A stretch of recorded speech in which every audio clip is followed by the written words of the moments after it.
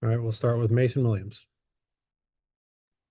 Hey Trey, thanks for your time. I'm curious looking back on the first matchup between you guys with you and Purdue this year.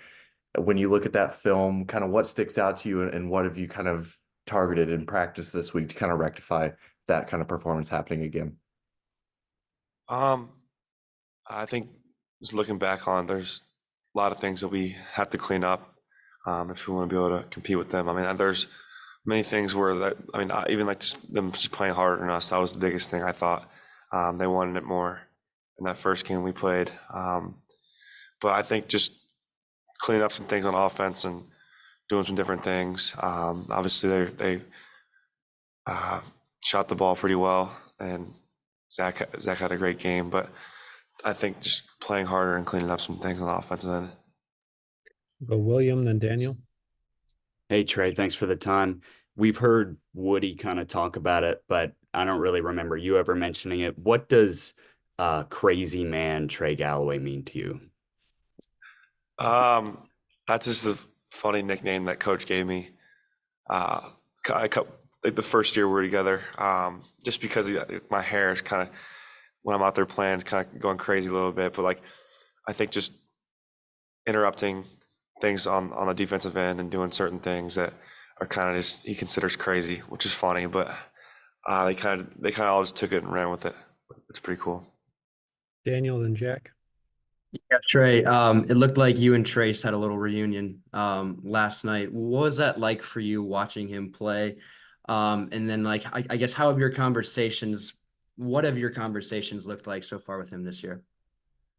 Yeah, no, it was great. I mean, I wish he got more minutes. But no, it was really cool to kind of go down there and support him because I know he'd do the same thing for me. And he's going to. So he'll be back here soon, hopefully. But no, it's been good. Kind of we talk every day, text back and forth, sometimes call, but it's good to kind of just hear from him because obviously he's been through it all. And I mean, there's been times when we've been down and he texts me, just picking me up and stuff. But no, it's a great relationship that me and him have. Jack, then Alex. Hey Trey, just when you're playing a team like Purdue that has, a guy like Zach Edey inside and then all their 3-point shooters around him, what does that require of you guys defensively when you kind of have to, keep an eye on both, inside and outside, and they have, multiple ways that they can beat you? Yeah, I mean, they're they're number two team in the country for a reason. I mean, they got obviously Zach is so dominant in the paint and stuff, but they also have other great players as well that can spread you out and make shots and make tough ones. So I think it's really challenging, but I think our game plan, we're gonna be ready to go and then go on there and compete, and we got to be confident and believe that we can win, which I believe we can. So there's a lot of things that we got to focus on, and at the end of the day, it just comes down to us playing harder than them. So it's gonna be a battle. Alex, then Zion. Trey, you're in your fourth year in the Big Ten. I mean, you've played pretty much everywhere in the league at this point. The coaches talk a lot about how difficult it is to go on the road and win, but I mean, not even specific to Purdue, but just in general, what as a player, from your perspective, does make it so hard to go on the road and win in this league? Um, it's a good question. I mean, it is kind of weird how it kind of works like that. I mean, you see just the teams that have home success in the Big Ten.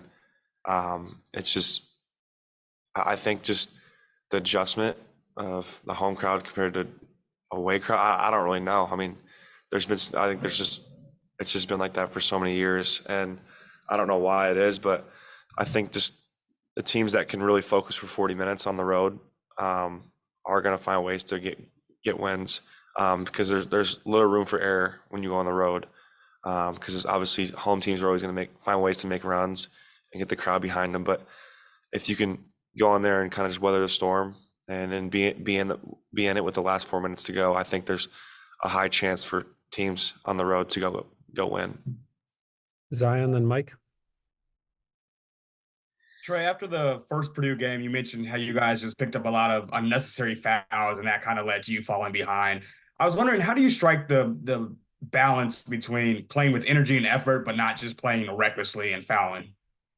Yeah, I mean, with them, obviously Zach does get a lot of fouls, and we got to find ways to be smart and know when to foul and know when to be physical. And because I think in the first game we got a lot of early foul trouble and some fouls that got them the bonus early, and they made a lot of free throws, and that obviously put us behind in the first half in the first game. So I think just being smart and playing hard without fouling is the biggest thing for us. And I think if we go on there and don't foul and stay solid, I think we'll put ourselves in position to be in the game. Mike, then Alex. Yeah, hey Trey, you've evolved from, kind of a role player early in your career to a guy that, at least at times looks like you can take over games like at Kansas and Tuesday night. Like what would you say is the biggest challenge to make that transition and really have a mentality that you're kind of the guy and you want the ball? I think it's just having my teammates trust me, and the coaches putting the trust in me to have the ball in my hands, and that's been a big time thing that has gone well this year. I think Coach Woodson has really gained trust and to have the ball in my hands and to make plays for my teammates and for myself. So I think the biggest challenge was just kind of knowing when to do certain things and when to take certain shots. But I think that's gone pretty well. And as long as I can find ways to help my team win, I'm going to do whatever it takes. Alex, then Mason. You mentioned this kind of on the road, the teams that play for a full 40 minutes give themselves the best chance of winning. When you guys have played well at times, you've been a really good team, but the other night, obviously against Ohio State, you play kind of two separate halves. From your perspective, what's the biggest difference like that you can see between your team when you guys are maybe not playing well and have less energy, and then like to the second half the other night? I mean, from someone watching that game, it looked like two completely different teams. I'm just curious if you can maybe put into words or explain like what the difference is between when you guys are maybe clicking on all cylinders and when you're not. Yeah, I think for us, I've always said it, when we get stops on defense and are able to defend and for a long period of time, I think it really gives us confidence in the offensive end, because when we're able to get out and run, that's when we're at our best, I think.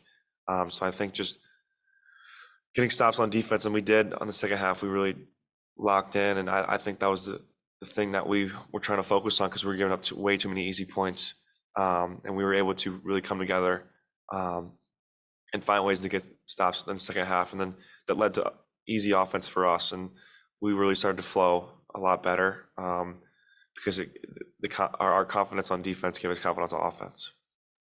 Last question, Mason. Trey, you and X are obviously the two captains on this team, and being in the senior backcourt, you guys have, I'm sure, developed a strong relationship.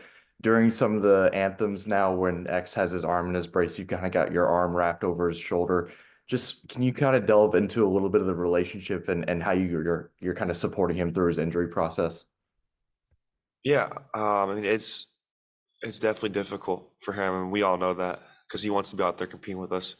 But I've been through it and dealt with some of those injuries like him, so I know what he's feeling, and it's probably one of the worst feelings ever. So I think just us being there for him, because he's been a great teammate when he's been out. He could easily just go the other way because it's his last year, and kind of just like not be a good teammate and not be there for his brothers. But in practice, he's always talking, and in games he's always talking. So I really give him a lot of credit for that, for being a great teammate, even though he's not playing right now. So I'm really appreciative of him. Okay, thanks, Trey. Thank you. We will see you guys in West Lafayette.